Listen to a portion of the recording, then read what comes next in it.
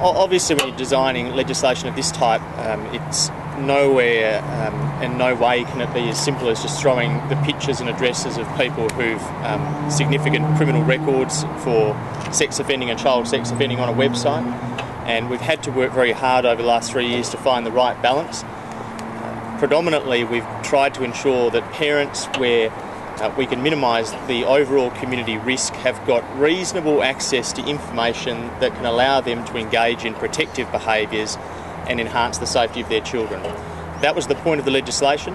I've worked very closely with the Police Minister in designing this legislation to make sure that we could achieve that aim while having sufficient safeguards inside the legislation to ensure that we're not having overly risky behaviour on the part of anyone in the community.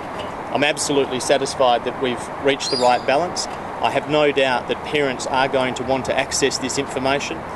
Equally, the way the system's designed, I have a very high level of confidence that people will use the information responsibly.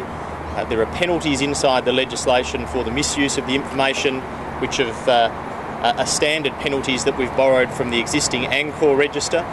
So I'm very confident that parents are going to have information that's never been available to them before, which will allow them to have enhanced protection of their children. And I'm very confident that people are going to use that information properly and appropriately.